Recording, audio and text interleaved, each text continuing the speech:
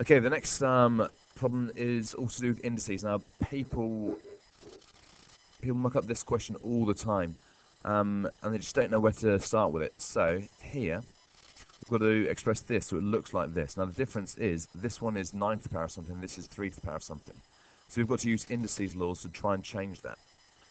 So what we do is we know that 9 can be written as 3 squared. So we're going to write 3, instead of 9 to the power of 3x plus 1, 3 squared to the power of 3x plus 1. And that's got to look like 3 to the power of y.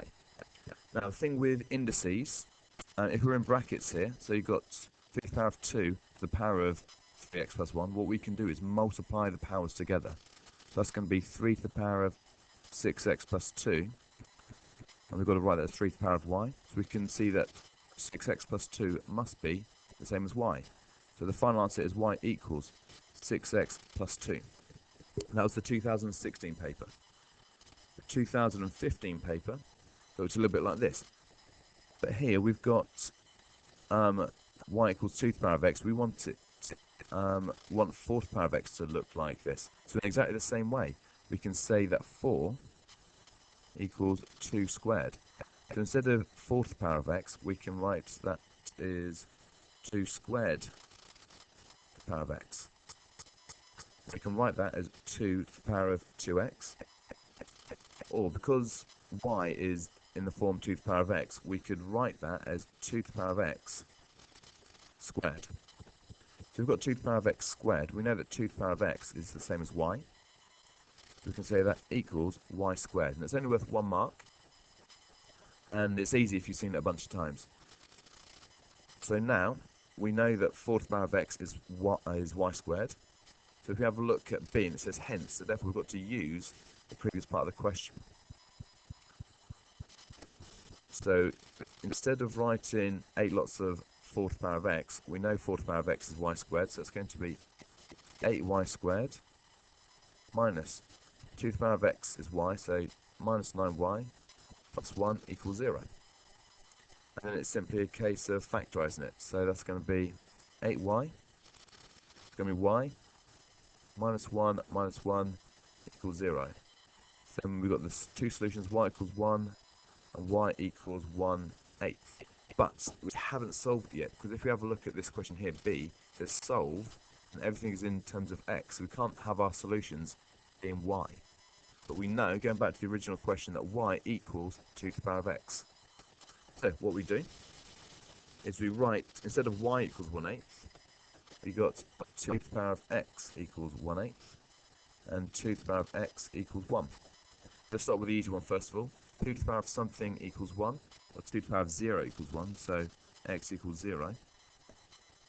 Now if you've got 2 to the power of something makes a fraction, that must be a negative power. So x equals minus, so 2 to the power of minus something equals 1/8. Well, 2 to the power of minus 3 equals 1/8, because 2 to the power of minus 3 is the same as 1 over 2 to the power of 3. So that's 1 over 2 times 2 times 2, which is 1/8. Then if we have a look at the 2014 paper, the only thing on powers we got with this one is just 32 to the power of 1/5 and 32x to the power of 5 to the power of minus 2/5. Now the first one, the way we deal with 1/5, that means the fifth root. So something times something times something times something times something equals 32. So you can just do trial and error, or if you've done C1 long enough, you know that just simply equals 2. So 2 times 2 is 4, times 2 is 8, times 2 is 16, times 2 is 32. So 32 to the power of 1/5 equals that. So now, what we can do is deal with the negative power. So we've got 32 to the power of minus 2/5 times by, and then x to the power of 5 to the power of this. Again, just like beforehand when we've seen it in brackets, we just multiply them together. So 5 times by minus 2/5. 5 times by minus 2/5. 5 times minus 2 is minus 10. Divided by 5 is going to be minus 2. So that's going to be x to the power of minus 2. So now we've got to find out what 32 to the power of minus 2/5 is.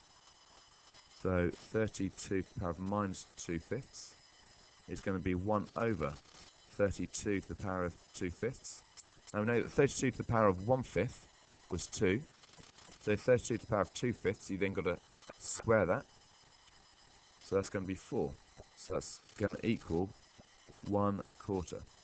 So combining the two things here, it's going to be 1/4 x to the power of minus 2, which you can also write as 1 over 4x squared. Either one of these will get you the correct answer. And that's how you do the indices stuff for the last 3 years.